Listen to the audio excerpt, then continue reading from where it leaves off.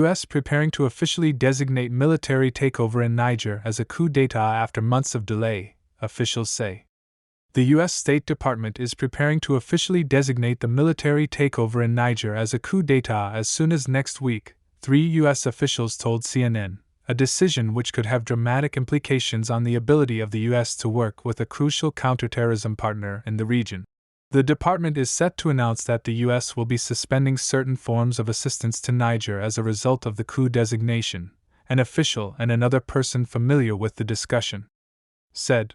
The U.S. Embassy can continue to operate and the U.S. military will be able to legally keep forces in Niger if a coup designation is made, U.S. officials said. But the Pentagon is still assessing how the change will impact the approximately 1,000 U.S. forces stationed in the country.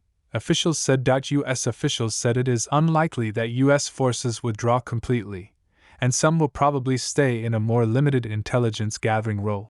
As we continue our diplomatic engagements to preserve civilian rule in Niger, we are continuing to assess additional next steps but have nothing to preview at this time, a State Department spokesperson said. A Pentagon spokesperson declined to comment.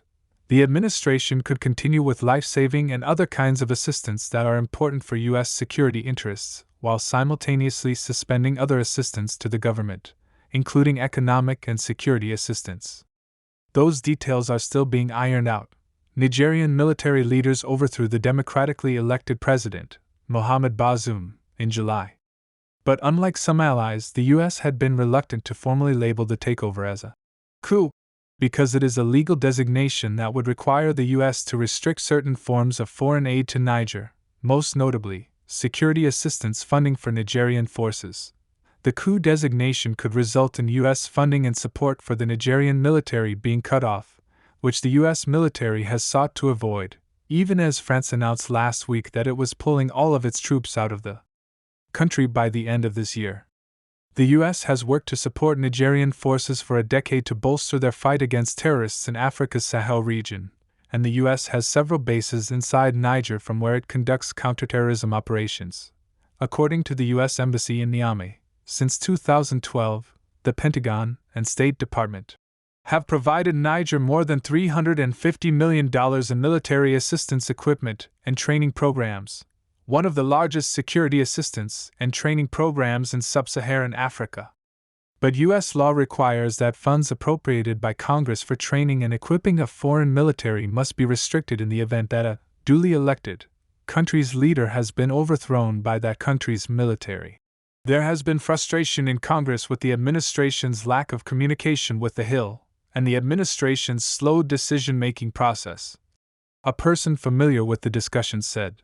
Secretary of Defense Lloyd Austin said in Djibouti last week that the U.S.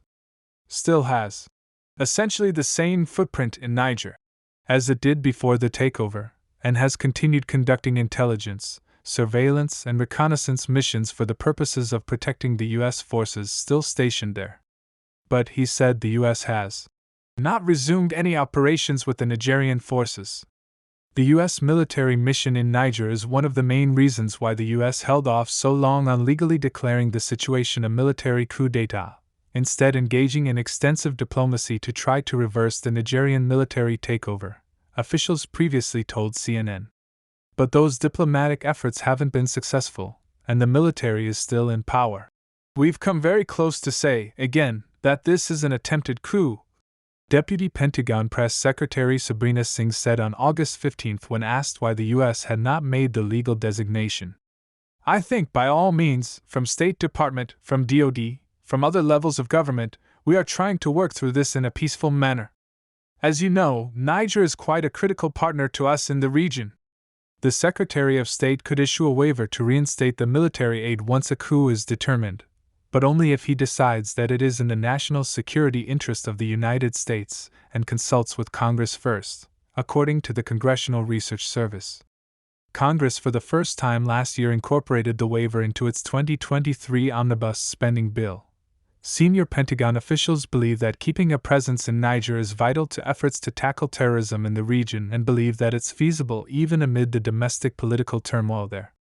Several of the junta leaders have worked with and been trained by the U.S. as part of the U.S. security cooperation with the country, current and former officials told CNN, and Nigerian military leaders have not voiced anti-American sentiment or asked the U.S. to leave. Thanks for watching. Make sure you subscribe, like, and share the video.